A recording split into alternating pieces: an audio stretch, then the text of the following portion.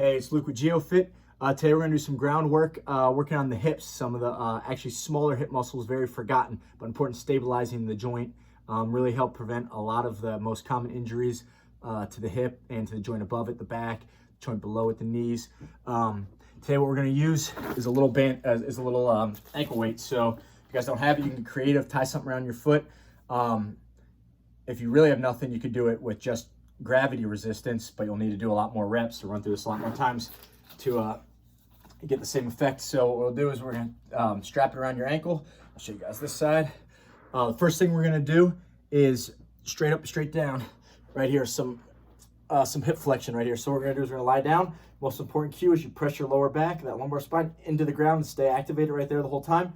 Straighten out your quad, squeeze your quad, knee is straight, point your toe up to the sky. So it's not relaxed, it's rigid right here. And all you're gonna do, come straight up, try to get this knee higher than that knee. Really your hamstring flexibility is gonna determine how far up you can go. At a certain point, if you're not flexible enough, it's gonna pull you into that arch of the lower back. So press your lower back down. And I'm making a mistake bringing my head up to see the camera. You guys are gonna have your head down. You can use your elbows for support, hands for support. And you should feel this right here in that hip flexor. It's gonna get a little bit of your core as well, especially if you're actively pushing that lumbar, lower back through the ground. You guys should really feel that in the front of that hip.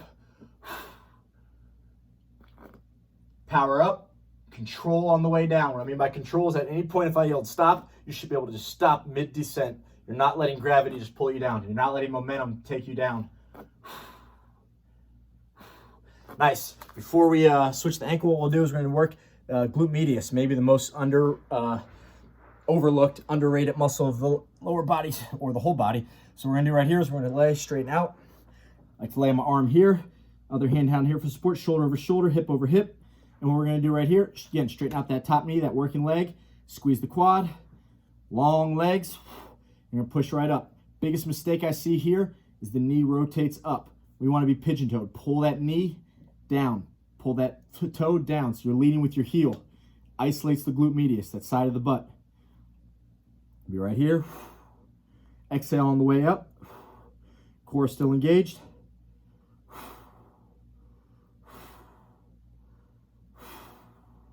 Again, same thing. Control all the way up and then slower on the way down than you did on the way up.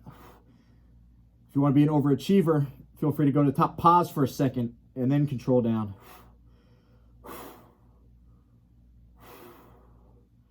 Again, you're not going to be able to go as high. To get higher, you're going to rotate up. We don't want that. So we want to stay really pigeon-toed, which is going to stop you from going too high, but it isolates the correct muscle that we want. Good. So that should be a good burn in the side of the hip. Real quick here. I'm going to switch legs. Strap around the other leg right here. Again, 90-degree bend in that down knee, actually pushing through that heel. Grab the floor with that foot.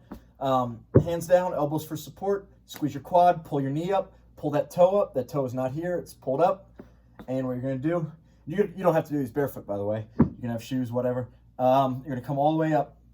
Biggest mistake I see is this back starts to arch. Press that back down. Someone's trying to pull your shirt out, tug your shirt out from down here, press it down. If an ant tries to crawl under your lower back, crush it.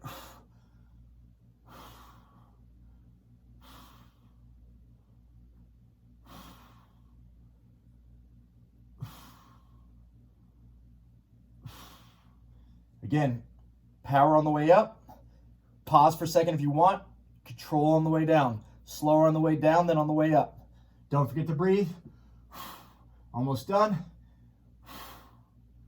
Again, you should feel that right here in that front of the hip, that hip flexor. Next, we're going to turn to our side and we're going to hit that glute medius again, the side of the butt. We'll be right here. Again, pigeon toe in, straighten out the leg, lock the quad, pull that toe up. And we're going to be right here, shoulder over shoulder, hip over hip, hand for support. You can lie on your other hand if you want. And straight up. Very important that the heel stays higher than the toe. I don't want this. Keep the toe down. Very pigeon-toed. Keep your knee down. The knee can't lie. As people fatigue, I know you're going to start doing this. Try not to. Let's do 3 more. Last one. Control down. Nice.